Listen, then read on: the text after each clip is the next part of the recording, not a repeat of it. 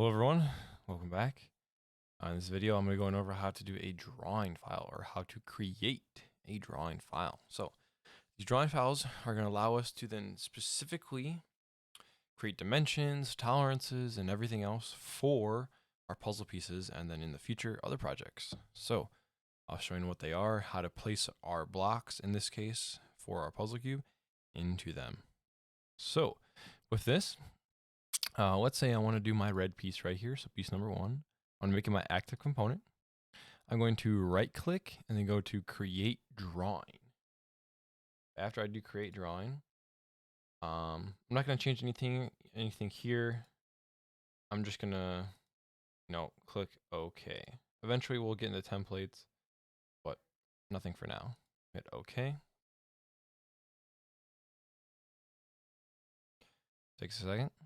So now this is what my drawing sheet looks like. So in here already, it wants me to put my piece in here. So on the left-hand side, orientation, these are the same views we were looking at originally for when we were doing concept sketching. We're doing our front, right, and top. We also have our isometrics, so kind of that 30-degree taper angle. Now in this case, our scale says 1 to 2. I'm going to change this to just 1. So make it a little bigger. All right, let's do 0.75 to 1. So now made it a little smaller. I'm going to keep it pretty much how everything is here. And then I'm going to just click bottom left here and then click OK. So now what this did, this made my front view of my shape. It's basically just an L. But I need to create my side, top, and isometric. So with this, I can move this around however I want. Place it right there. Cool. That's fine. I'm going to then come over here to the top left and hit projected view. What this is going to help create my other orthographic views and isometrics from my design, aka from my block. So once I hit projected view, I'm going to click on my front.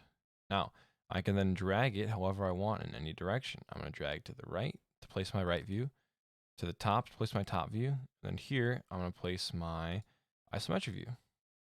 So here we go. I have my front, top, right, and isometric. Something for this isometric though, I want to have it solid. So I'm going to double click. I'm going to go to style and I'm going to change it to this shaded view. Then I'm going to click OK. So this is good. This is exactly what I kind of want to see here. Right here, it looks good. Now from here, I need to put my dimensions in for my actual blocks here. The way we can do that, just how we were doing on our sketchings and before we actually making the pieces, we're using a dimension tool. This one's a little different though. So coming in the middle of the sheet for our drawing at the top here on our toolbar, I'm gonna hit dimension. Now what this does, this allows me to place dimensions wherever I want on each page. So let's say I want to do the height of my overall front here. I'm just gonna click on I'm gonna click my corners. So my top corner, my bottom corner. And then here we go. Just like I was using it before in my sketching, I can create a 3 for my overall dimensions. Great. Now another one, let's say I want to do my width. Same thing. I can click my corners, then drag upwards to make my width. Now, we're going to getting into then rules of dimensioning, but in this video, I just wanted to show you how to create and then place. So another one, I needed my dimension of my overall from the side, from the bottom to this ledge. So I need to do corner to corner. Then I can drag towards me to get this 2. There we go. So this is exactly what I need. In here though, I'm not going to add this 1. If I add the 1 in here, this is called over-dimensioning because if I do 1 plus 2 equals 3. I can eliminate the 1 because I can just do simple addition and subtraction to find my missing dimensions. And in class, we'll be talking about what we need overall, but this sheet is not done by any means. This is just a start.